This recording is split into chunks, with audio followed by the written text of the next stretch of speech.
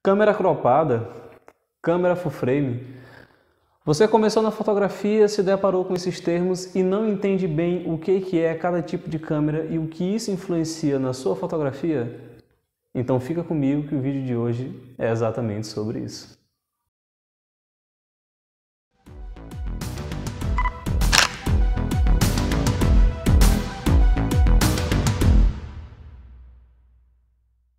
Salve, salve galera, Jonato Figueiredo aqui na área.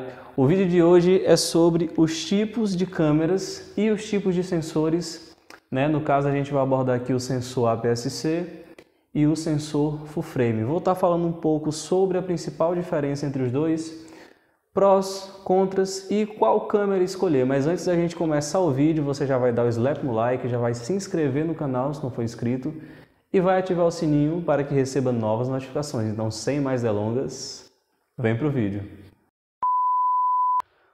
Para início de conversa, a gente precisa entender primeiro o que é cada tipo de câmera. O que é crop ou APS-C e o que é full frame, beleza?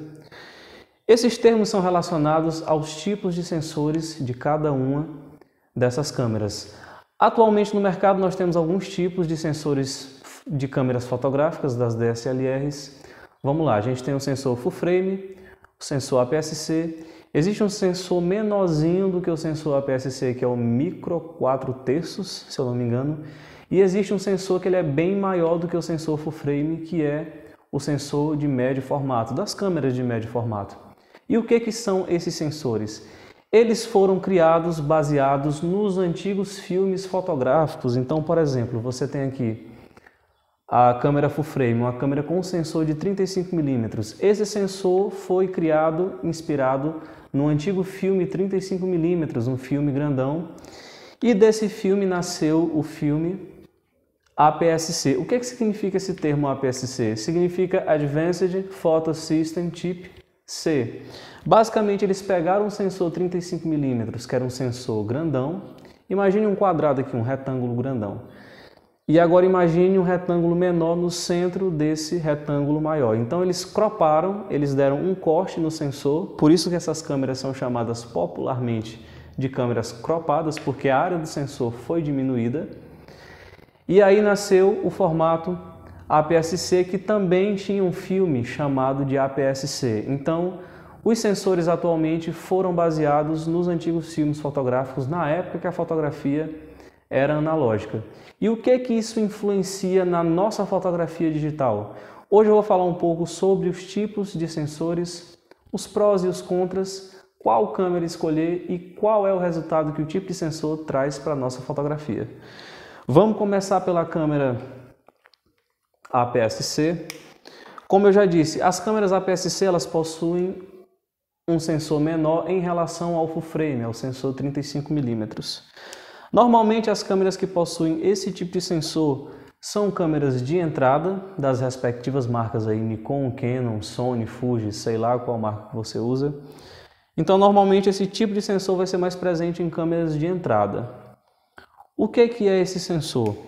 Como eu já disse, é um sensor de tamanho menor e por conta desse sensor menor você vai começar a ter alguns, vamos chamar de problemas. A primeira coisa que eu posso destacar sobre o sensor APS-C é o fator de corte. O que é esse fator de corte? Eu expliquei que o sensor 35mm teve a área reduzida, né, e aí criaram o APS-C. Por conta desse corte que foi feito no sensor, as câmeras cropadas ou APS-C, elas sofrem com uma coisinha chamada de fator de corte. O que é isso? Toda lente que você pensar em usar em uma câmera dessa ou pensar em comprar para a sua DSLR, você vai precisar levar em conta o fator de corte. E aí o que isso influencia? Um exemplo, se você colocar uma lente 50mm numa câmera de sensor APS-C, por conta desse 1.5 de corte que o sensor possui, a sua objetiva ela vai ter um ângulo de visão próximo pessoal, não igual, a uma lente 85mm. Isso acontece porque você não tem a cobertura de 100% da área do sensor, então você coloca a lente aqui e é como se você ganhasse um zoom, porque a área vai dar uma diminuída, você tem 1.5 de crop. Você não tem a cobertura de 100% aqui também no viewfinder, da sua DSLR. Outras coisas que o sensor APS-C ele traz que não são muito legais. Esse tipo de câmera não te permite trabalhar, por exemplo, com ISOs um pouquinho mais altos, em situações de baixa luz, dependendo da câmera APS-C que você esteja utilizando, você vai ter um pouquinho mais de dificuldade e você não vai ter também uma profundidade de campo tão grande, aliás, tão curta, como você tem, por exemplo, nas câmeras full frame. Na câmera full frame você consegue um desfoque, uma excelência, uma eficiência de desfoque de fundo melhor, porque o sensor possui uma profundidade de campo menor. Então, se a profundidade de campo é menor, você tem aí mais desfoque de fundo. Se você está buscando mais desfoque, uma melhor eficiência de desfoque, o full frame ele vai te atender melhor do que a câmera APS-C. Consigo fazer boas fotos com a câmera de sensor APS-C? Consegue sim, dá só uma olhada nesses arquivos que vão passar aí na tela para vocês. Essas fotos elas foram feitas com essa câmera aqui, que é a D7100 da Nikon, uma câmera de sensor APS-C, que possui uma altíssima resolução, ela tem 24 megapixels, o que a capacita a uma qualidade de imagem absurda, são muitos megapixels. E assim, ela é um tipo de câmera que já está ali na transição entre a linha de entrada e a linha profissional. Então ela é uma câmera de entrada, porém um pouquinho mais profissional, tá certo? Ela já tem os comandos todos aqui no corpo, na parte posterior, você não vai precisar estar entrando em menu para estar configurando a câmera. A parte de construção dela já é um pouco melhor do que a linha 5000 e 3000, por exemplo. Ela já tem um weather sealing, ela é selada, corpo de magnésio selado contra garoa, poeira. Ela vai ter uma resistência, pessoal, considerável. A umidade não vai jogar a sua câmera na água. Essa câmera não é a prova d'água, por favor, tá certo? Então já é um equipamento um pouco melhor, beleza? Para quem está querendo levar a fotografia um pouquinho mais a sério. Consigo trabalhar tranquilo, ela não deixa nada a desejar. A minha full frame, eu tenho aqui a D700 da Nikon, vamos já falar sobre ela. Então é isso, a primeira coisa que você precisa levar em consideração se for optar por uma câmera de sensor APS-C. Você vai ter o fator de corte, então toda lente que você for usar ou comprar, você já tem que comprar baseado nesse fator de corte, porque como eu falei, o exemplo dá 50mm. O que é que isso atrapalha na fotografia?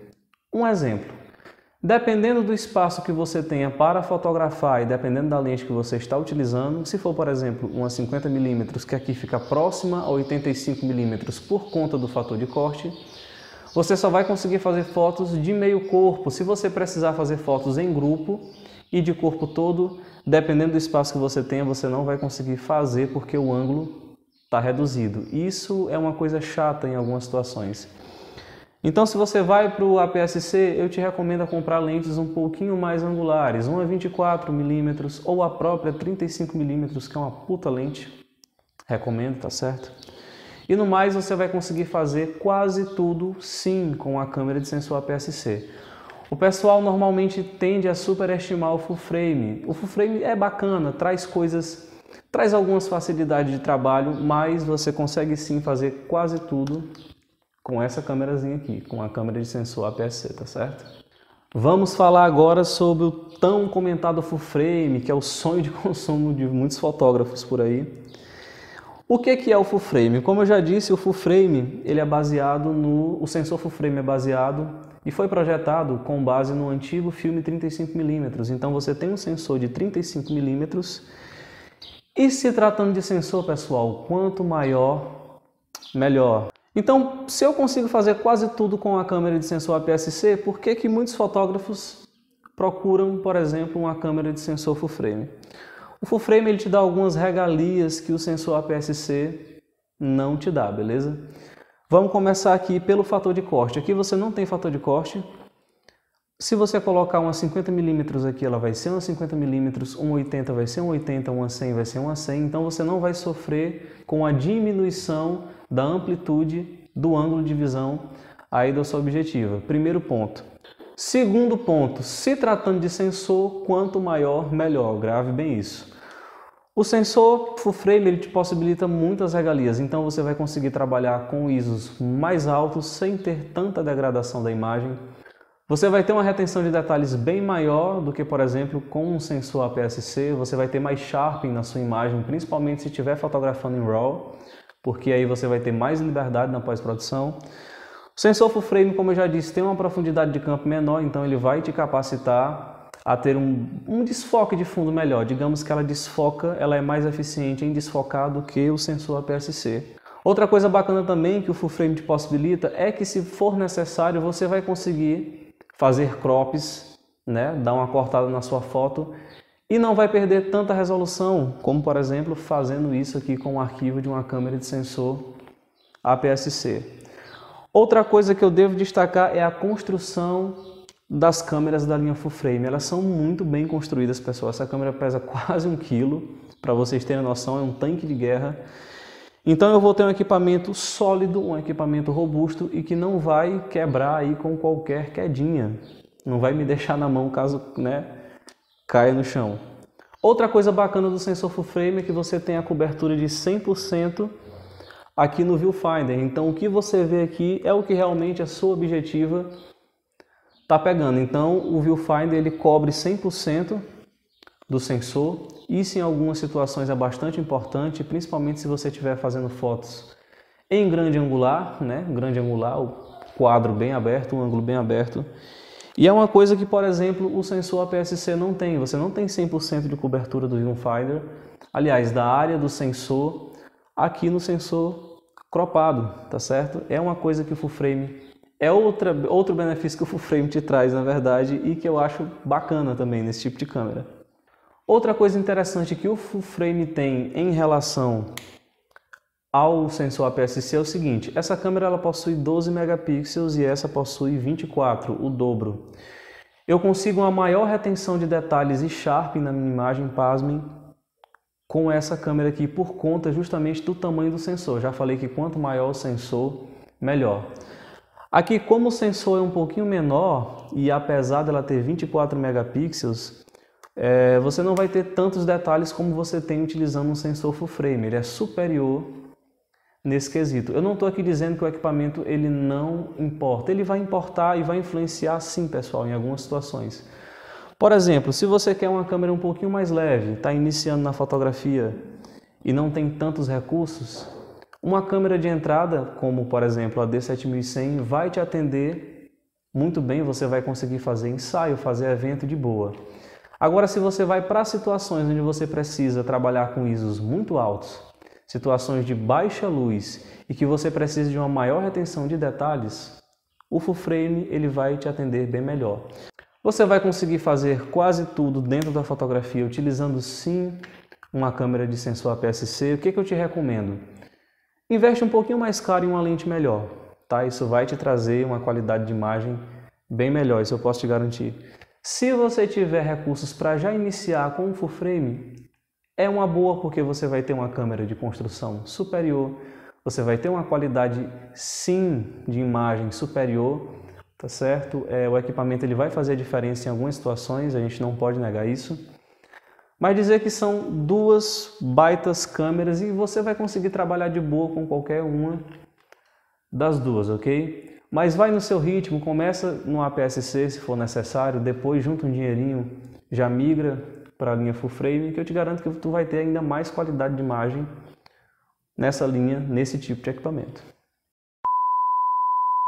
E esse foi o vídeo de hoje, eu espero sinceramente que você tenha gostado do conteúdo e se você gostou, compartilhe aí com seus amigos que possam se interessar por temas relacionados à fotografia. E lembrando que toda semana a gente tem vídeo novo aqui na área, tá certo?